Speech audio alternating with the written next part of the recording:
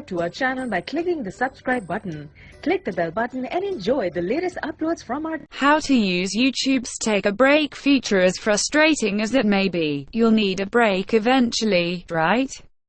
Last week at Google I/O, the company announced a new well-being effort to begin doing something through the program. Google wants to help users understand, make real, achieve just how much time they're spending on a phone, in turn hopefully fighting smartphone state of being dependent on a drug.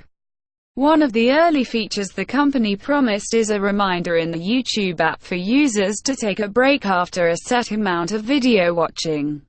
The feature is now live and ready for use. Here's how to set it up, and what exactly happens when you reach a time limit.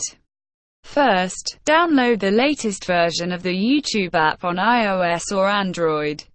Next, open the app and tap on your profile picture followed by Settings. Android users will need to select General before finding and tapping the option labeled Remind Me to Take a Break. You can set YouTube to alert you its break time every 15, 30, 60, 90 and 180 minutes.